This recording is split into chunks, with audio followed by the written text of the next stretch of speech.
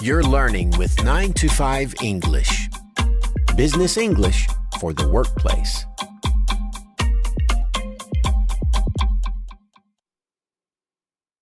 Hi, Tim here with another 9 to 5 English lesson. In today's lesson, we're going to learn how to make requests in English. There's a reason why making requests is one of the first things English-speaking parents teach their children.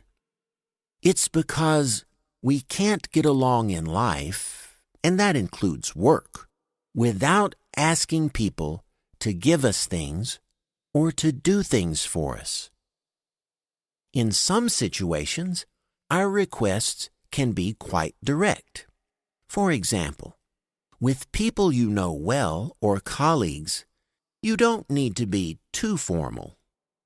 In this case, you can make a question with, "Can you?" or "Could I get you to?" That's a simple and direct way to ask someone to do something. How about a bit of practice making direct requests? We'll try some examples. Listen to each example, then repeat it yourself. Ready? Let's get started. Can you help me with this presentation?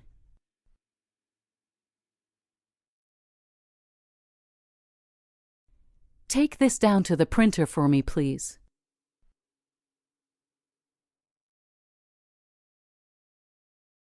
Could I get you to make a pot of coffee?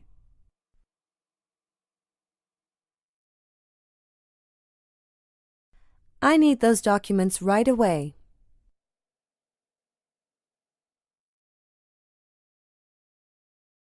As you heard, one very easy way to make a direct request is to tell someone to do something, followed by please.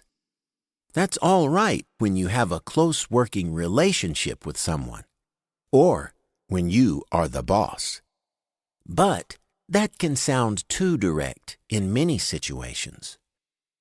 If you're not sure, then you should really try to be more careful or polite.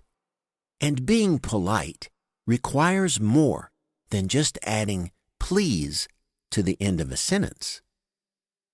The two most useful words for making careful requests are could and would.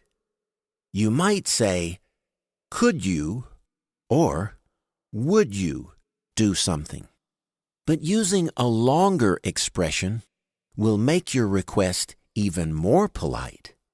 That might mean saying, "Do you think you could do something?" or "Would you mind doing something?" or even, "Would it be possible to do something?" Let's try some practice with these expressions for making careful requests. Once again, repeat the examples after you hear them. Do you think you could give me a hand with this?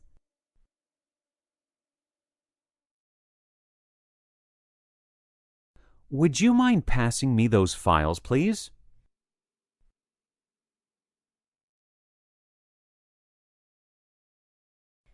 If you're not too busy, could you look over my resume?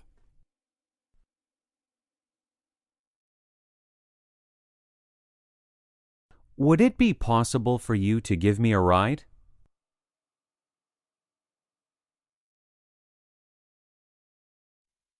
Nice work! And did you notice the if question in those examples? Adding an if statement can make a question with could you extra polite. For example, you might say, "If you have a bit of time, could you review my report?" Now, what if someone makes that request to you? If a colleague asks you to review his report, how can you respond? Well, just like responding to offers, it's not usually enough just to say yes or no. We usually add something to the basic answer. If you want to say yes, you might add, "No problem," or "I can do that." And if the answer is no, you might explain why you can't, or say that you're afraid you can't. In this case, saying "I'm afraid" doesn't mean you're scared. It just means "I'm sorry, but..." Let's try some more practice. This time, you'll be responding to requests. Here we go. Sure, not a problem.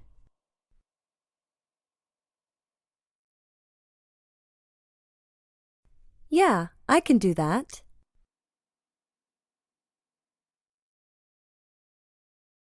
Sorry, but I'm a bit too busy.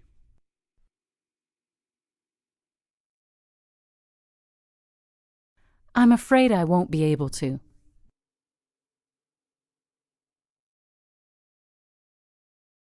Did you notice that none of those examples used the words yes or no? For yes, we often say sure or yeah. And instead of no, which can sound too direct, we can use sorry or nothing at all. Okay, so we've practiced making and responding to requests. But now let's see how this sounds in a conversation. Let's listen to a short dialogue between Paul and Laura. Paul needs some help with the accounts he's working on, so he's asking Laura to help him. Do you think you could help me with the accounts? Sorry, but I'm a bit too busy today. Okay, then what about tomorrow? Yeah, I can do that. As you heard, Laura says no to Paul's first request, but she agrees to his second one. Now it's your turn to practice. We'll repeat the dialogue, but this time we're going to beep out the second speaker's words. You will have to say those parts yourself. Remember to say no to the first request, but agree to the second one. Do you think you could help me with the accounts?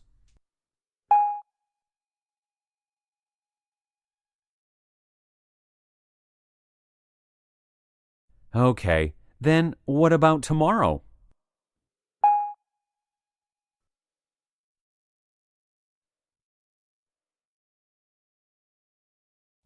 Okay, that just about does it for this lesson. We've learned some great ways to make and respond to requests.